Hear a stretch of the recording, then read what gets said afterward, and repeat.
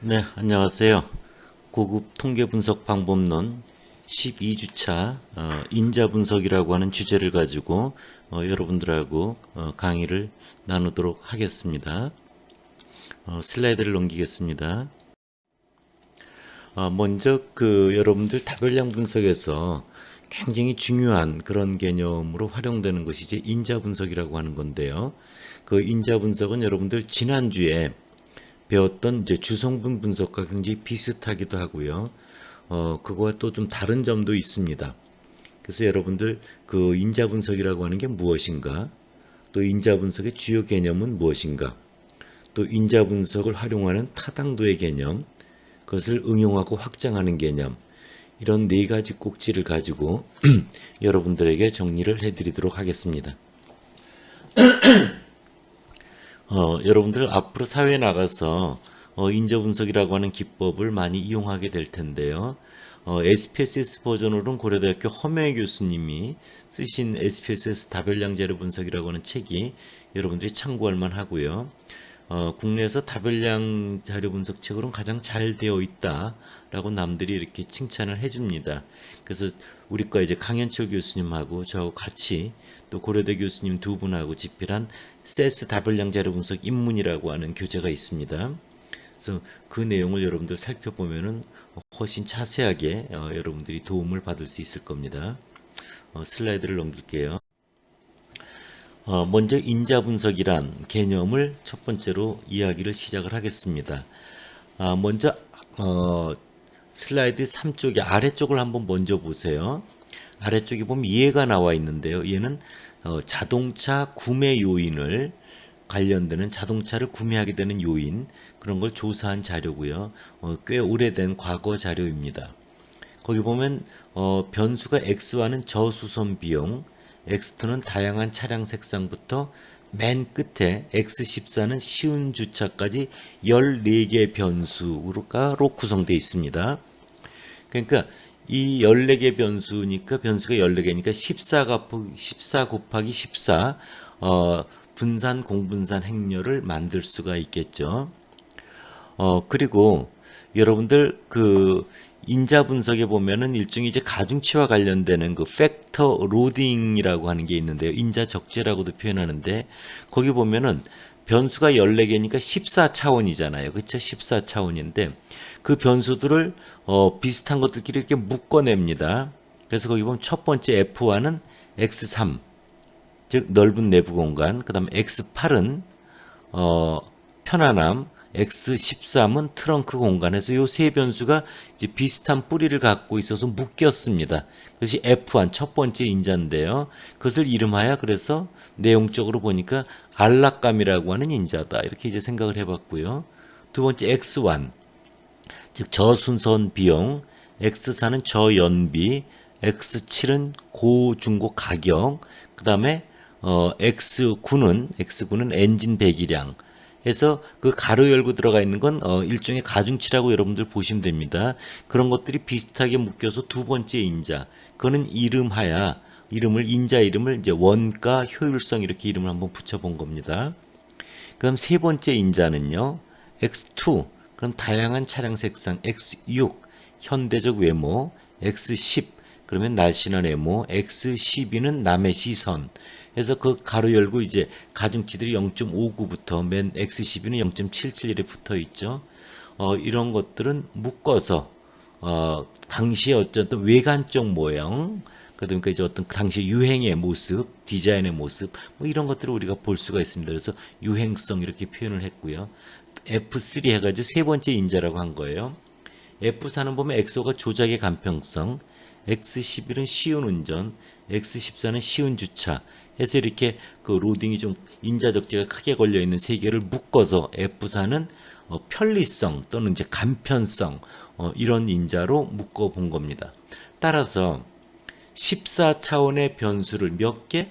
4개 차원의 그 공통 뿌리 비슷한 것들이 변수들을 묶어서 4개의 인자를 통해서 이 자동차 구매 요인에 조사된 자료를 우리가 살펴보고자 하는 그런 모습을 확인할 수 있습니다. 그러니까 14차원이 4차원으로 축약된 걸 여러분들 볼 수 있을 거예요. 이제 이 예를 기준으로 보고 인자 분석의 이야기를 다시 시작할게요. 위에 보면 공통 인자, common factor란 변수들이 그들의 구조적 측면에서 서로 공유하고 있는 공통된 그런 확률적 인자로서 변수들 간의 관련성을 생성시키는, 그러나 우리가 직접 관찰할 수도 없는 그런 어떤 뿌리, 그런 것들을 저변에 깔려있는 인자다, 이런 표현을 씁니다. 예를 들어서 보면 사회적 계층이라고 하는 가설적 차원은, 사회적 계층이라고 하는 건 뭐 실질적으로 관찰할 수 있는 게 아니에요. 근데 그걸 뭐 소득 수준, 교육 정도, 직업의 종류 등과 같은 변수들 사이에 존재하는 서로 간의 관련이 깊은 그런 관계를 설명해 줄 수 있는 공통적인 뿌리다, 또는 공통적 인자다. 그래서 이들 변수가 뿌리를 함께하고 있는 요인이라는 표현을 쓰기도 하고요. 혹은 잠재 변인 또는 잠재 변수라고 이야기하기도 합니다. 이 공통이라고 하는 의미는 일단 이렇게 공통적인 뿌리, 인자들이 추출된다면 그 변수들 간에 있어서는 더 이상의 엉켜있는 서로 간의 상관관계에는 존재하지 않게 될 것이라고 하는 내용으로 규정을 합니다. 그래서 거기 보면 식으로 보면 CORR, correlation, 상관관, 가로 열고 XI와 XJ, XI 변수와 XJ 변수는 조건, F1과 FM이 주어졌다는 조건하에 두 변수 간의 관련성은 이제는 더 이상 없다. 이런 내용의 관점으로 바라보면 됩니다. 다음 페이지로 넘겨볼게요. 그래서 인자 분석이라고 하는 것은 다별량 변수들 간에 서로 간의 관련성 있는 관계를 생성시키는 소수 몇 개의 공통적인 뿌리를 우리가 도출하려고 하는 거고요. 이런 공통적 뿌리, 인자를 도출함으로써 변수들 간의 서로 연관관계라든지 다별량 정보의 저변 구조를 분석하는 변수 중심, 뭐라고요? 변수 중심의 차원을 축약하는 그런 기법이다. 그래서 관찰 가능한 많은 특성들이 있는데요. 그들의 몇 가지 일반적인 뿌리를 발견해 내는 그런 통계적 분석 과정이다, 이렇게 생각하면 되고요. 그래서 크게 그 중간에 나와 있는 인자 분석이 보면은 many x1부터 xp, 즉 변수들이, 측정 변수들이 많다 이거죠. 앞서 예에서 보면 p가 얼마까지 갔어요? 14. 그것을 그 p보다 훨씬 작은 소수의 몇 개, f 안에서 fm, 여기서 m은 앞에 예로 보면 4까지 간 거죠. 4개의 인자로 이제 훨씬 적은 인자로 축약을 하는 부분이 있고요. 그 원래 변수 x1에서 xp까지는 서로 관련되어 있지만 f1에서 fm 뽑아낸 인자들은 서로 인디펜던트, 비교적 독립적이다. 그리고 변수들끼리는 서로 엉켜 있어서 해석이 어렵지만 새로 만들어낸 인자는 새로운 인자에 대한 명명도 하면서 의미 있는, 개념적으로 의미 있는 새로운 개념을 우리가 형성해 나간다, 이런 겁니다. 그래서 결론을 보면은 인자 분석은 서로 관련을 맺고 있어서 변수들 간에 직접적으로 해석하기 어려운 여러 변수들 간의 구조적 관계를 상대적으로 독립적이면서 변수들의 저변 구조를 이해하기 위해 개념상 새로운 의미를 부여할 수 있는 원래 변수들보다 훨씬 적은 개수의 공통적인 뿌리, 인자를 상정해서 이를 통해 분석하고자 하는 통계적 방법이다. 이렇게 여러분들 정리하면 됩니다. 다음 페이지로 가볼게요. 그래서 인자 분석의 주요 개념에서 M 인자 모형은 인자를 M개를 추출했다, 이런 겁니다. 원래 측정 변수는 몇 개요? P개입니다. 그래서 거기 한번 모형을 보세요.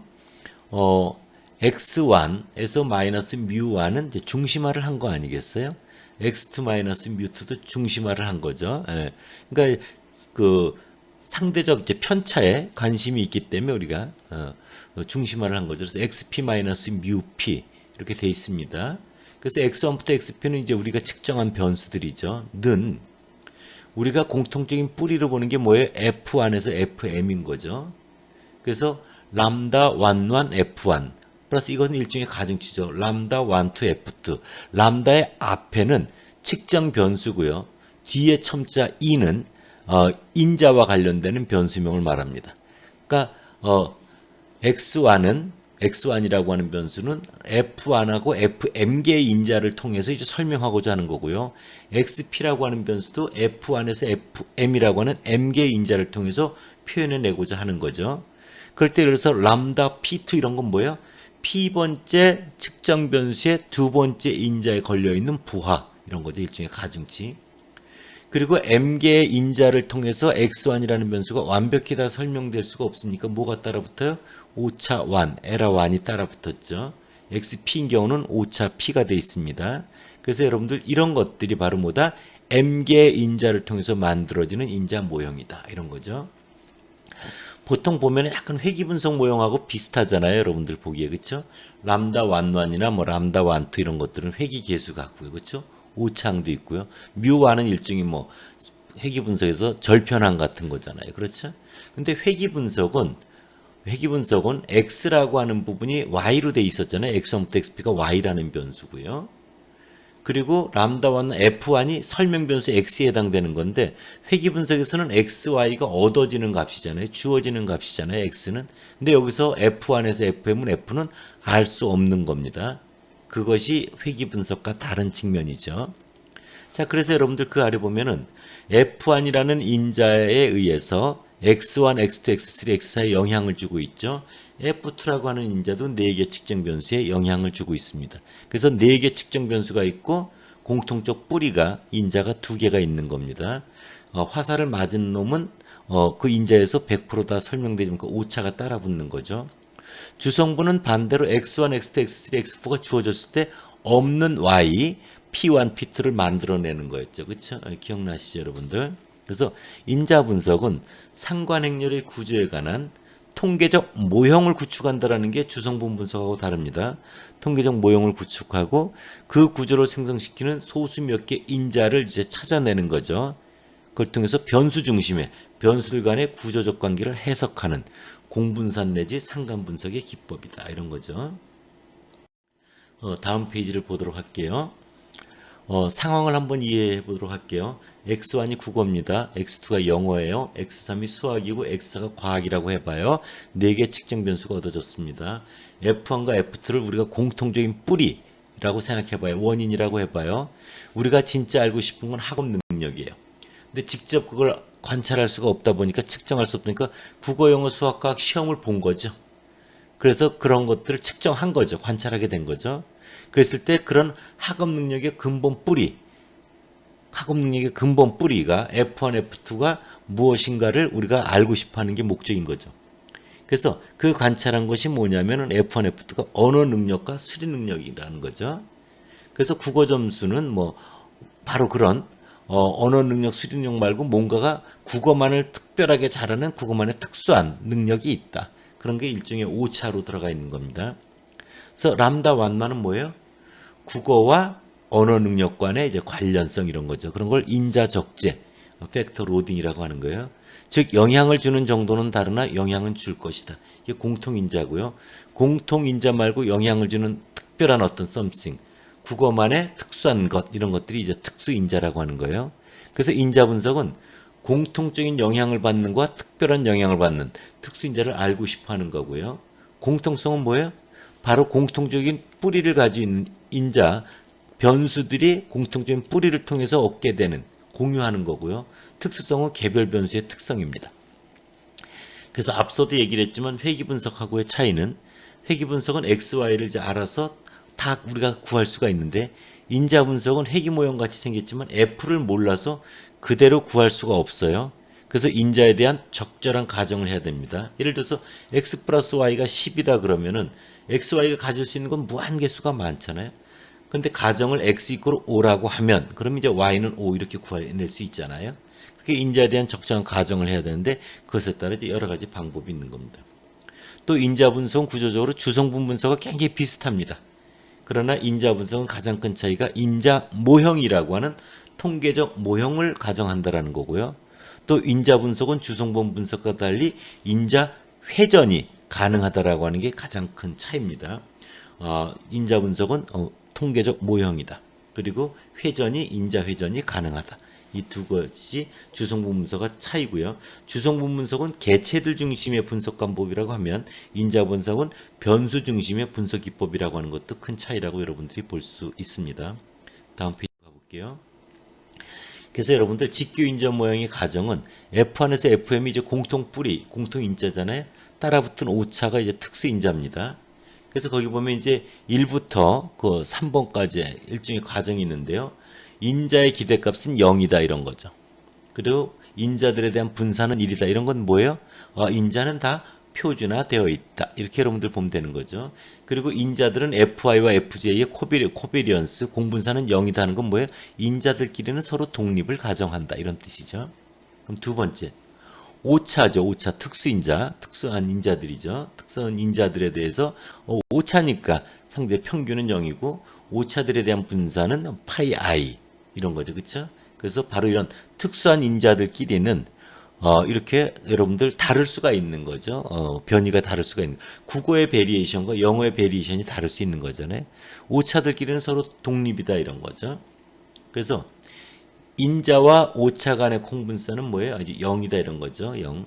그래서 여러분들 바로 이런 특수한 인자들끼리 변호가 다를 수 있고 인자와 오차 간에는 이제 서로 독립이다 이런 겁니다. 그 다음에 그 아래를 보면 여러분들 봐봐. XI라고 하는 국어 점수 예를 들어서 국어 점수의 측정 변인 이런 거예요. 변수들의 베리에이션 변동은 그 가로 열고 가로 닫고는 람다 I1 제곱부터 람다 IP의 제곱이 바로 뭐냐면 공통 뿌리 인자 앞에 붙어 있는 로딩 값들이잖아요. 그렇죠? 바로 그래서 그런 어떤 로딩이라고 하는 공통성 플러스 특수성으로 구분이 되어 있다. 그래서 예를 들어서 어떤 측정 변수의 분산은 정보량이잖아요. 그래서 그것이 공통성 플러스 특수성 이런 거죠. 그래서 xi 분산이 7이다. 그럼 공통성이 5면은 특수성은 2가 되는 거죠. 그래서 예를 들어서 만약에 xi가 이제 체육 점수라고 해보세요. 그럼 체육 같은 경우는 뭐예요? 공통성은 좀 적고 특수성이 클 거예요. 근데 예를 들어서 국어 점수의 분산 그러면 뭐예요? 국어 점수는 공통성이 좀 더 크고 특수성이 좀 더 작을 겁니다. 그렇죠? 그렇게 여러분들 이해하면 되고요. 바로 그 공통성이라고 하는 것은 측정 변수와 해당 인자와의 공분산 표준화되어 있을 때는 상관계수 이렇게 됩니다. 그래서 인자와 측정 변수 간의 관련성이라고 여러분들이 보면 됩니다. 그 값이 크면 클수록 해당 인자의 영향을 크게 받는 거죠. 측정 변수는. 다음 페이지로 가볼게요. 실제로 한번 직접 해보도록 하겠습니다. 거기 요인 분석에서 누르면요. 그 측정 변수를 갖다 국어, 영어, 한문, 수학, 과학을 옮겨놨고요. 그 다음에 거기 요인 추출해서 보면은 거기 주성분을 눌렀죠. 고유가 기준 1을 그대로 했어요. 그러면 바로 이거는 뭐냐면 우리가 생각한 인자가 바로 주성분이다 라고 생각하는 거예요. 그래서 주성분이 인자가 가지는 성질을 다 가진다. 이런 걸 주성분 인자 분석이라고 하는 겁니다. 여러분들 앞서 주성분 분석에서도 해봤죠. 그래서 여러분들 그 인자 로딩과 관련되는 그 람다 완넘부터 람다 PM이라고 하는 이 인자 로딩과 관련되는 것 그리고 특수 분산은 이제 푸사이 1부터 푸사이 P로 되어 있는데요. 이런 것들이 이제 모수니까 추정을 해야 되잖아요. 그래서 추정을 할 때 주성분 인자법 그러면 주성분 분석을 이용을 해서 이 로딩 값들을 추정을 하는 거고요. 주축인자법 그러면은 주축인자법은 그 시기에 시그마는 람다 프라임 플러스 푸사 이렇게 돼 있잖아요. 시그마라는 건 분산 공분산 행렬이잖아요. 이건 주어지는 거예요. 그 다음에 이것이 람다라고 하는 것이 이제 인자 패턴 로딩 관련되는 거고요. 푸사이가 이제 특수 분산을 말합니다. 그러니까 좌측은 알고 있는데 우측은 모르니까 뭐예요? 특수 분산의 초기 값을 정해줘야 람다를 구할 수 있는 거죠. 그래서 초기값을 정하고 수렴할 수 있도록 반복적으로 하는 게 이제 주축인자법이고요. 그 다음에 최대 우도법이라고 하는 것은 뭐예요? 모수가 나타날 가능성이 가장 크게 되는 그렇게 모수를 추정하는 거고 그런 것들은 다별량 정규분포를 가정해서 바로 우리가 알고 있는 확률적으로 나타날 가능성이 최대가 되는 그런 우도함수를 최대화하는 관점에서 추정을 하는 겁니다. 세 가지 분석 결과가 대부분 비슷한데 가끔 주축인자나 최대 우도법이 좋은 결과를 줄 때도 있습니다. 그래서 이런 경우는 뭐냐면 두 방법은 주성분 값을 초기 값으로 하여 개선을 시키는 거죠. 개선할 만큼 개선해서 이제 끝내는 건데요. SPSS 같은 경우에서 이제 가끔 개선 못하겠다 이런 걸 이제 헤이우드 상황인데 그런 걸 발생을 합니다. 그래서 이때는 여러분들 주성분 인자법을 이용한 인자 분석 결과를 보면 됩니다. 그래서 그것에 기초해서 여러분들 분석 결과를 해석하면 된다. 이렇게 생각하시면 됩니다. 다음 페이지로 가볼게요.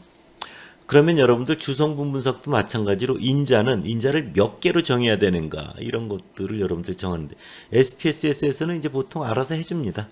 그래서 보통은 인자 분석하기 전에 주성분 분석에서 고유값 1보다 큰 거 세워서 그것을 인자의 개수로 잡고서 하면 되고요. 앞서도 주성분 분석에서 이야기를 했지만 1보다 작으면 뭐 변수 하나의 역할이 그보다 못한 것이다. 우리 이렇게 생각하는 거 아니겠어요? 또 하나가 이제 카이저의 규칙이라고 하는 게 바로 상관행렬을 근거로 인자 분석을 했을 때 고유값 1보다 큰 게 자기 기본은 한 거니까 그로 인자를 정하는 거고요. 또는 인자의 공원도에서 전체 설명력이 뭐 70% 이상이다. 이렇게 정하는 경우도 있고요. 또는 카이 작업을 통해서 그 적합도 검정을 해가지고 정하는 건데요. 최대 우도법을 사용할 경우 이제 정규분포 근사에서 귀무가설이 이런 거예요. H0는 인자의 개수가 몇 개가 충분하다. 대립가설은 그렇지 않다 이런 거죠. 그 아래를 보면 인자의 개수가 0이 충분하다. 그랬더니 기각이 돼서 안 되겠구나 이런 거죠. 인자의 개수가 1개다면 충분하다. 했더니 P값을 봤더니 역시 0.0003이에요. 기각돼서 인자 1개가 부족하네요. 인자의 2개 개수가 2개면 충분하다 했더니 P값이 0.1406으로 귀무가설이 채택이 되는 걸 볼 수 있죠. 그래서 이런 경우는 인자 개수를 이제 2개로 정하면 되는 거죠. 그렇게 하는 방법이 있습니다. 다음 페이지를 보면은 여러분들 그 이제 도표에서 스크리 도표를 보면요. 이렇게 밋밋해지기 전. 그러니까 밋밋해진다는 건 이제 충분히 그 설명력을 확 늘려주지 못하는 거죠. 그렇죠? 밋밋해지기 직전에서 끊는 거죠. 그러니까 3부터 밋밋해지니까 2로 끊는 거죠. 그래서 2개 인자를 결정하는 거죠. 이거 이제 세로축을 보면은 고유값 기준으로 보면 그게 이제 1 이상인 것과 이제 같은 겁니다. 그래서 카이저 규칙과 같은 내용이다. 이래 여러분들 보시면 돼요. 다음 페이지를 보면요. 요인 인자 분석은 회전이 가능하다고 했는데요. 거기에 보면은 여러분들 요인 회전이라고 하는 것에서 거기에 오른쪽 하단에 나와 있죠. 요인 회전. 거기 보면 베리맥스, 뭐 쿼터맥스, 이코맥스, 프로맥스, 뭐 오블리민 뭐 여러 가지 얘기들이 있고 그 출력의 회전 해법, 적재값 도표 이런 것도 체크돼 있어요. 앞서 한 5개 과목에 대해서 하는 건데요. 코티맥스라든지 이제 프로맥스는 원래 우리가 인자들끼리는 서로 독립이다라는 가정을 하잖아요. 그런 관점에서 우리가 쓰는 게 이제 여러분들 그 베리맥스나 코티맥스 같은 거거든요. 근데 그런 것들을 그 인자들끼리도 관련성을 인정해주는 그게 이제 사각회전이라고 하는 건데 그런 것들이 이제 프로맥스라고 하는 겁니다. 굉장히 이제 해석이 어려워서 많이 이용하지는 않습니다. 그래서 여러분들 인자 분석은 보통 이제 베리맥스라고 하는 걸 주로 많이 이용하는데요. 인자 분석하면 인자 회전은 무조건 당연히 한다라고 보면 됩니다. 회전하기 전에 인자에 걸린 로딩들 부하보다 패턴이 되게 단순하면 해석을 보다 더 간결하게 할 수 있는 것입니다. 그래서 인자 회전을 왜 하냐면 해석의 편리성을 위해 이렇게 여러분들 정리하면 제일 편합니다. 베리맥스 방법이 경험적으로 많이 이용되고 있고요. 이것은 인자 부하 행렬의 이제 연례 부하들을 제곱해서 그 값이 이제 최대화되게 하는 거에서 이제 그 인자 패턴을 아주 간결하게 하는 부분에 초점을 두고 있죠. 그래서 인자 부하 행렬이 아주 크든지 0에 가깝거나 하는 이런 양극화 패턴을 보려면 부하가 크게 걸려 있는 걸 기준으로 이제 명명을 하게 되고 또 해석을 하면 편하기 때문에 그렇게 합니다. 여러분들 한번 보세요. 제일 처음에 그 성분 행렬을 보면은 인자회전 전에 보면은 국어, 영어, 한문, 수학, 과학에 0.029, 0.79, 0.757, 0.587, 0.674 이렇게 다 로딩이 플러스로 크게 걸려 있잖아요. 그래서 그런 걸 보고 전반적 학업 능력 이런 거고 두 번째는 국어, 영어, 한문은 마이너스 수학, 과학은 플러스로 걸려 있어서 이거는 뭐예요? 수리 능력 대비 언어 능력 뭐 이런 경우죠. 그렇죠? 그래서 양쪽에 다 로딩이 걸려 있잖아요. 그래서 이제 해석이 어려워지는데 이걸 회전한 거 보면 보세요. 회전된 성분 능력 국어, 영어, 한문에는 .823, .966, .937 되게 크게 걸려 있고 수학이나 과학은 1.888 곱하기 10의 마이너스 2승 과학은 0.134에서 되게 적게 걸려 있죠. 그래서 첫 번째 쪽은 적게 걸려 있는 걸 거의 무시하고 국어, 영어, 한문을 묶어서 변수 세 개를 묶어서 언어 능력 이렇게 말할 수 있고요. 두 번째는 수학하고 과학에 0.993, 0.980으로 크게 걸려 있잖아요. 국어는 애매하게 걸려 있어요. 0.446도 있는데 수학 과학을 묶어서 이것은 수리 능력 그래서 즉 회전은 이렇게 해석을 쉽게 하려고 하는 거고 인자가 이렇게 복합적 이미지를 갖지 않고 단순화하기 위해서 한다. 그래서 회전은 이런 변수들을 이렇게 묶을 때 군집하고 싶을 때 많이 이용한다. 이렇게 여러분들 생각하면 됩니다. 다음 페이지로 가볼게요. 그림을 그려놓은 겁니다. 그래서 왼쪽 거는 회전하기 전이고요. 회전하기 전을 보니까 전부 우측에 걸려 있어서 그 국어가 가운데쯤 있는데요. 표현하기 어렵죠. 회전을 하면은 가로축은 뭐예요? 묶여 있는 영어 한문. 그래서 언어 능력. 세로에 걸려 있는 우측에 보면 동그라미 표시 두 개 있죠. 이것이 과학 수학입니다. 그래서 이것은 수리 능력 이렇게 우리가 명명을 하는 걸 볼 수 있습니다. 다음 페이지로 가볼게요. 이렇게 요인 분석을 하면 보세요. 5과목 5차원을 2개 인자로 묶었잖아요. 언어 능력과 뭐로? 수리 능력으로. 그래서 그럼 5차원이라고 하는 것을 X1부터 X5를 F1, F2로 바꿨을 때 F1 각각의 점수, F2 점수, 요인 점수를 산출하면 5차원을 2차원으로 축약해서 그 요인 점수를 가지고 추후적인 분석에 활용할 수 있거든요. 그래서 이 요인 점수를 우리가 데이터로 저장을 하죠. 그래서 요인 점수는 변수로 저장을 하고 요인 점수를 만드는 여러 가지 방법 중에 이제 회귀 분석을 이용해서 한다 이런 거죠. 그래서 여러분들 그런 점수를 산출하는 데 필요한 점수 계수 행렬들이 이래 나와 있고요. 슬라이드 16에 17에 보면은 그 인자 점수를 산출한 게 맨 우측에 팩터 1 언더바 1, 팩터 2 언더바 1 해서 이 F1 점수, F2 점수가 산출되어 있는 걸 여러분들 볼 수 있을 겁니다. 앞에 나와 있는 걸 기준으로 보면 F1, F2를 얻게 되는 그런 결과도 볼 수 있고요. 다음 페이지를 보면은 여러분들 그 옵션을 보면은 거기 계수 출력 형식을 뭐 크기 순서로 정렬한다 또는 뭐 이런 것들 이렇게 뭐 F1, F2 소팅을 해서 볼 수 있다라는 그런 옵션이 있다는 걸 그냥 보여주는 겁니다. 다음 페이지를 보면 그래서 성분 행렬도 여러분들 보면은 이렇게 아래 회전된 성분 행렬에 보면은 이렇게 크기 순서로 소팅해서 이렇게 여러분들 보여준 걸 확인할 수 있습니다. 네. 첫 번째 시간을 마칠게요.